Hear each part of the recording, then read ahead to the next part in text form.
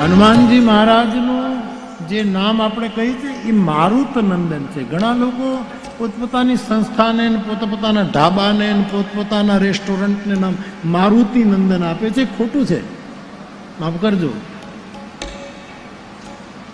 મારુત એટલે પવન, મરુત, 49 મરુત, 49 વાયુ, એનું સંતાન હનુમાન છે. એટલે મારુત નંદન. સુધારો કરવો જ કરી નાખજો. હું ઘણી જગ્યાએ મારુતિ નંદન નહીં નકો. મારુતિ નંદન કરો, મારુતિ તો હનુમાન થઈ ગયા પોતે જ. તો હનુમાનનો નંદન હનુમાન, પવન પુત્ર એટલે મારુત, મારુતનો દીકરો એ હનુમાન, મારુતનો પુત્ર છે એટલે આપણે એને મારુતિ કહીએ છીએ.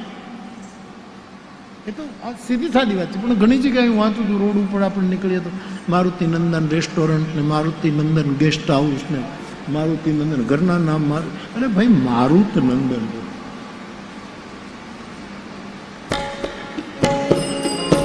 મંગલ મૂર્તિ મારુત નંદન.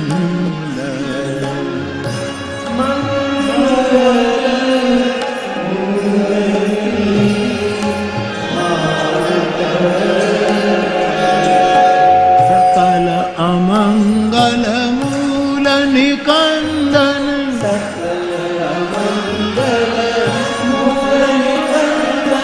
મંગલ મૂર્તિ મારુત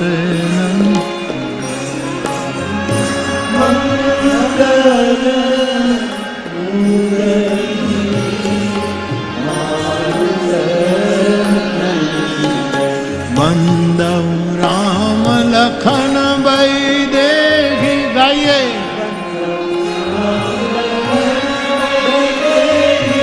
ये तुलसी के परम स्नेही,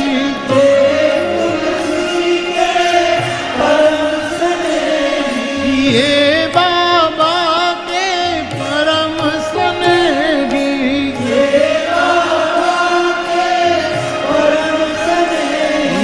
मंगल मूर्ति मारुत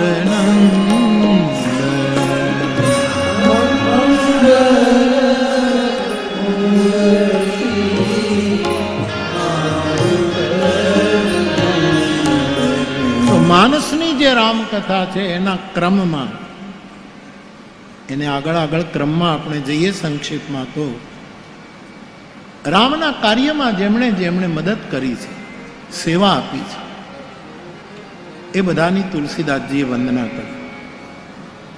આ બહુ શીખવા જેવું છે. ધારો કે આ રામકથાનું આયોજન થયું, ખાલી 12-13 દિવસમાં થયું, ને હવે તો મને આ જે રીતે આયોજન ભરતભાઈ કરી નાખે છે, મારે તો એને 7 જ દિવસ દેવાની જરૂર છે. હવે 7 દિવસ આપું, વધી 9 દિવસ આપું તો માંડવા નાખી દઈ શકે.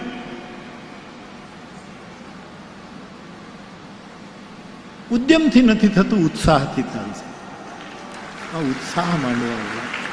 અને પછી કેવું ગોઠવાય છે. મને ભરતભાઈ કે બાપુ તમે કીધું તાત્કાલિક, હું અમરેલી મંડપવાળાનો સંપર્ક સાધું અને ફોન કર્યો. ત્યાં તો કીધું કે અમે જામનગરથી નીકળ્યા છીએ, સામાન લઈને રાજકોટથી જઈએ છીએ. કહેતા હો તો ગોંડલ આવી જાય તો કે આવી જ જાઓ. કેવું બધું ગોઠવાઈ જાય છે આ રીતે. ત્યાં માંડવા છૂટ્યા છે, કોઈ પ્રસંગ હશે ને અહીંયા પાછા બંધાય. 9 દિવસ વધારે 9 દિવસમાં આટલી મોટી કથા. બાકી નાની કથા તો 1.5 દિવસમાં થઈ જાય. 1.5 દિવસ સમજ્યા? ખાલી દિલા 1.5 દિવસ સમજો તું, 1.5 દિવસ. એના ઉપરથી સાબિત થાય કે કોઈ કાંઈ કરતું નથી. આ બધું તો થાય છે, આ બધું તો થાય છે. પ્રભુ કોઈની સમજને, કોઈની ખાનદાનીને, કોઈના વિવેકને નિમિત્ત બનાવી દે છે, કર્મ કૌશલ્યને નિમિત્ત બનાવે છે. તો આ કાર્યમાં જેણે જેણે સેવા કરી હોય, આ રામ કાર્યમાં, રામકથામાં જે જે જોડાયા હોય, કેટલા સ્વયંસેવકો હોય, ગોંડલના કેટલા મહાનુભાવો રાત દિવસ આમાં મહેનત કરીને જોડાયા છે. કેટલા સ્વયંસેવકો આવ્યા છે, અહીંથી આવ્યા, કોઈક અહીંથી આવ્યા. વીરપુરના તો આટલા બધા વયસ સેવકો, તુલસીદાસજીએ મને કહ્યું કે રામના કાર્યમાં જેણે સહયોગ આપ્યો હોય એ પણ બધા વંદનીય છે, એટલે બધાની વંદના. ત્યાર પછી સીતા અને રામ, જે રામચરિતમાનસના મુખ્ય ચેતના છે, એની વંદના કરતા આપણે ત્યાં સૌથી પહેલા માને આપણે પૂજીએ છીએ, માતૃદેવો ભવ. અને તેથી પહેલા જાનકીજીની વંદના અને પછી પિતા રામની વંદના તુલસીદાસજી લખે છે.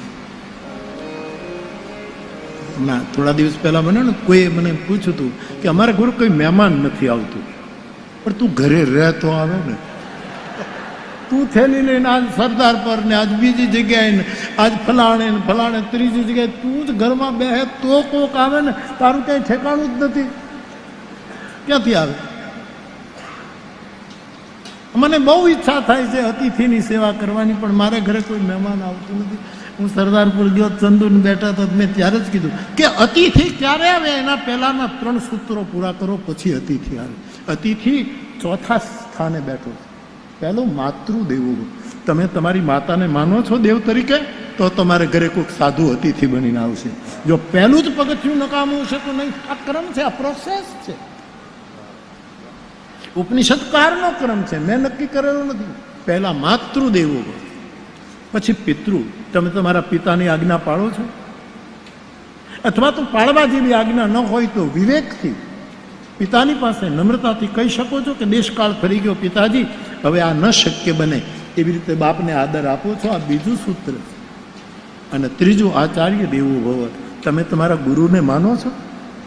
જે માતાને દેવ માને, પિતાને દેવ માને, ગુરુને દેવ માને, એને ઘરે વગર બોલાવે અતિથિ દેવો ભવ.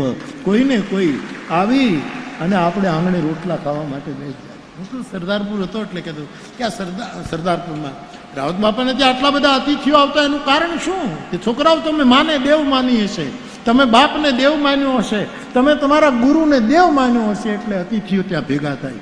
નહીતર કોઈને સમય નથી જાય, કોઈની પાસે જવાની કોઈને જરૂર. પણ એની સામે આ પણ સાચું, અમારા ઘરે કોઈ મહેમાન જ ના હોય, પણ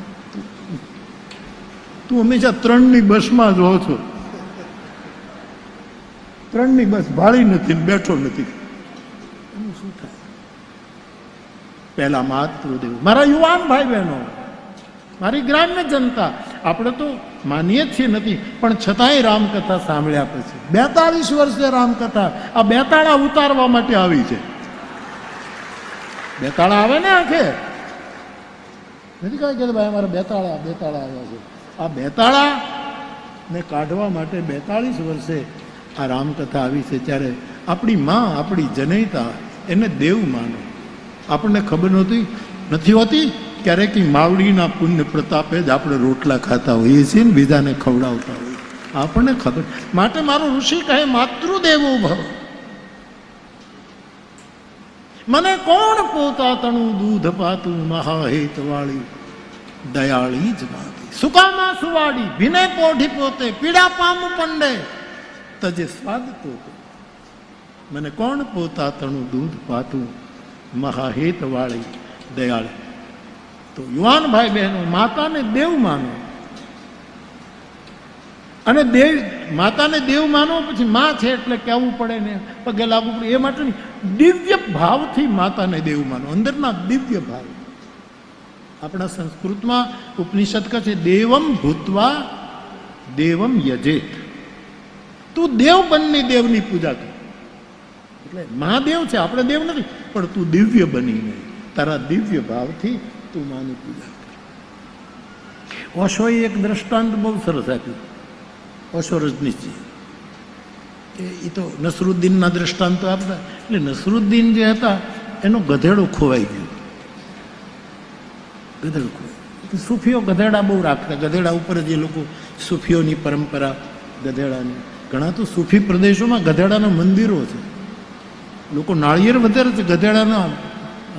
અને હારામારી ગધેડો દેવ થયો ને એનાથી હારામારી કમાણી ચાલે છે. હકીકત છે, હું કહું છું. સૂફી લોકો ગધેડાનો ઉપયોગ બહુ કરે. એટલે નસરુદ્દીન જે હતા એ તો સૂફી ફકીર, એનો ગધેડો ખોવાઈ ગયો. એને બહુ વાલો. આખા ગામમાં ગધેડાને ગૂંથે.